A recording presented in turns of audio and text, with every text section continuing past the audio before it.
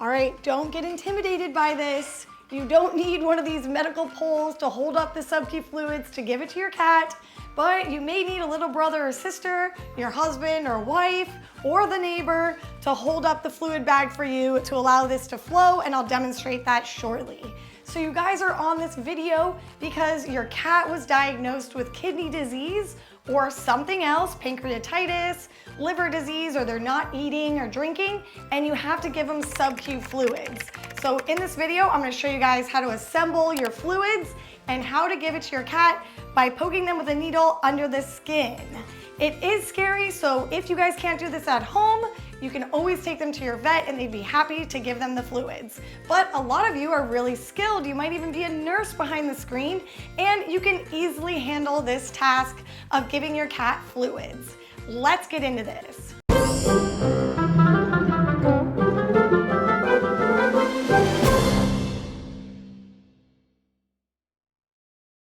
I'm also gonna show you how to give a kitten fluids that may be having diarrhea or dehydrated, and your veterinarian just told you to take your bucket of rescue kittens back to your house to rehab them and give them fluids. So these are the things you're gonna need. A fluid bag, lactated ringers is what I use. The IV, here are the needles you're gonna be using. These are 18 gauge needles, which are intimidating. I'll open them and show you, but the fluid flows faster through these, and it's honestly a quicker procedure using them. These are smaller needles, less intimidating, but the fluid comes out really little, and it takes longer, and your cat might get annoyed. This is a 22 gauge needle. All right, let's assemble the fluid bag and the line. I have to pull out this garbage can because first we're gonna have to drain the line, but before I get the cat, we're gonna set this up because cats have low patience, right? They don't wanna sit there forever. The first thing is, let's open our fluid bag, right? And then we're gonna open our line and take off this piece of paper here and just let it out like this. So it has two plastic pieces on either end, and you're gonna have to take these off, but I like to leave this one on at the end where the fluid is gonna pour out so it doesn't go all over the place. All right, so we're gonna spike the bag. So we're taking this off, and now this has a sharp end to it. And you have to take this stopper off the bottom of the fluid bag like that. And then we're gonna spike the bag upside down. Now, we're gonna hold it upside down like that. And you see all the fluid flowing into it like this. It's gonna be stopped by this end thing. And if you didn't have this part opened here, this dial that pinches the line, it's not gonna flow, or it'll flow up there and then it'll stop right here. So make sure that line is open and it moves freely. That means it's open. And then I'm gonna hang it up here, which you could have a brother hold it, and then they're just holding it, waiting for you to let the line pour through here to get rid of air bubbles. That's why we're doing that. I'm not scared of these tiny air bubbles. If there are huge parts of air, okay, that's not good to run that under the skin. It's also not gonna kill the cat though, but you don't want a lot of air bubbles. So the way to get rid of it is opening this and letting it flow like that, you see? And then while it's flowing, you go and you stop the line, and then that got rid of a lot of the air bubbles. If you're doing this by yourself, one thing you're gonna run into, and one thing I hate the most, is when I cannot see the fluid flowing through this part. That's gonna happen if fluid somehow gets built up in here. This gets filled all the way and you can't see the drips going. So what you're gonna have to do is put it upside down, squeeze this back in like that. You see now it's empty. And then put it back this way and flow it again so that you can see what's happening. We're gonna attach a needle at the end here. I'm gonna take out one of these 18 gauge needles.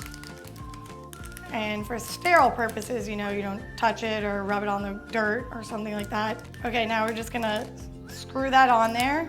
Take your needle out, and there you go, you have it. See, this looks like a huge needle. But honestly, this is the best way to do it. It's the most effective and the fastest way to get the fluid into the cat. All right, I have my wonderful technician, Kristen, who's gonna help me right now. So what we're gonna do is go under the skin. This is a subcutaneous injection, giving them subq fluids. So a normal cat gets anywhere from 50 to 100 mils of fluids. Today, we're gonna give Harry here about 60 mils of fluids. I like to give fluids behind the shoulder blades in this area right here. You can move spots every time you give it. Let's say if you have to give your cat fluids every day from kidney failure. So you can go a little bit back, you could go a little bit up here. So the main thing is getting a hold of some skin and lifting it up, because that's the subcutaneous layer. So you're not going into the muscle, you're not going into the spine, definitely don't want to do that. That's what a lot of people are nervous about. So basically you can grab like with your fingers like this and make a tent, you see? And you're gonna poke like right in the tent right there. What I like to do is advance the needle just only halfway and then kind of lift it up a bit so I feel the top, so I know I'm not going all the way through and that the fluids are gonna go in that area. So a big mistake that happens all the time is you're gonna poke all the way through and you're gonna see your needle on the other side. Don't worry or panic, just try again. But here we go, we're gonna do the poke. Kristen's holding on to his head. She can scruff him or kind of press down a little bit to keep him stable. Ready, poke, there we go. And you see I'm tenting up a little bit. And then I'm in, you know? So then you can kind of just let go, let it relax, stabilize with your thumb. I'm gonna go over here, open up the line, and then you see it flowing. It's gonna be a drip. It's not gonna be a huge line because it has some resistance in there of the fatty subcutaneous layer.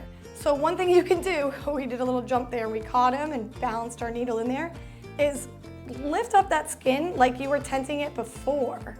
And that's gonna help it flow even better. So if things get stuck, you kind of start lifting and moving it around sometimes. You're gonna feel in front of your needle a ball of fluids forming there. All right, so we're pretty much done. Harry's getting a little bit annoyed.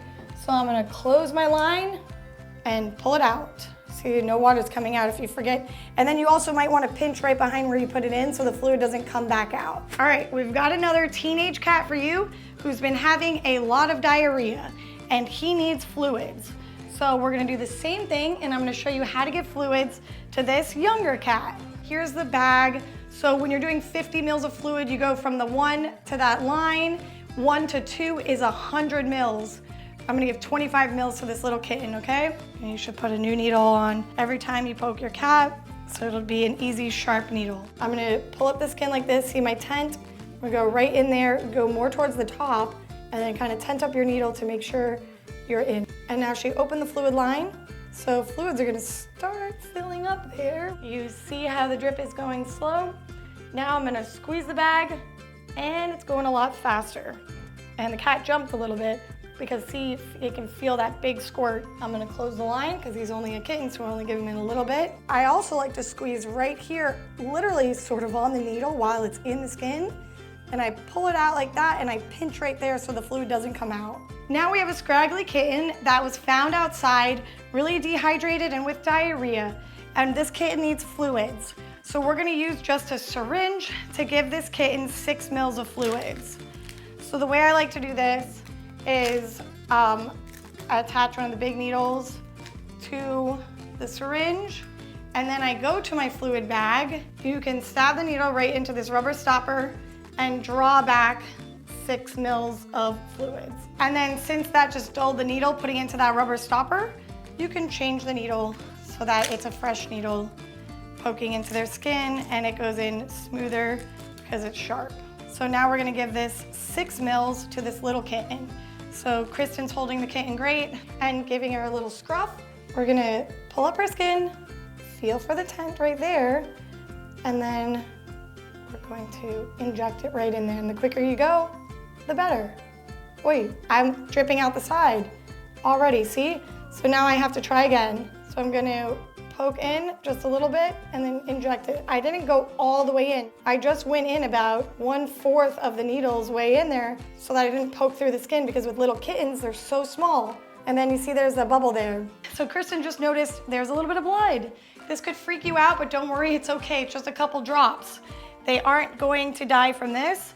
So what you may want to have on hand is peroxide. You could get this from a local Walgreens or CVS. So just put the peroxide on there. That's totally okay. It's not gonna go back into the hole and hurt them. And then that gets the blood off. All right, so I'm still pinching this here because a little bit of blood came back out, a little drop. So that's how you give subq fluids to your cats and your kittens. It's really important. A cat with kidney failure, giving them subq fluids 3 times a week or even daily can prolong their life up to a year, depending on how bad their kidney disease is. Okay guys, like always, subscribe to my channel, hit that thumbs up to help these videos circulate, and I'll see you next week.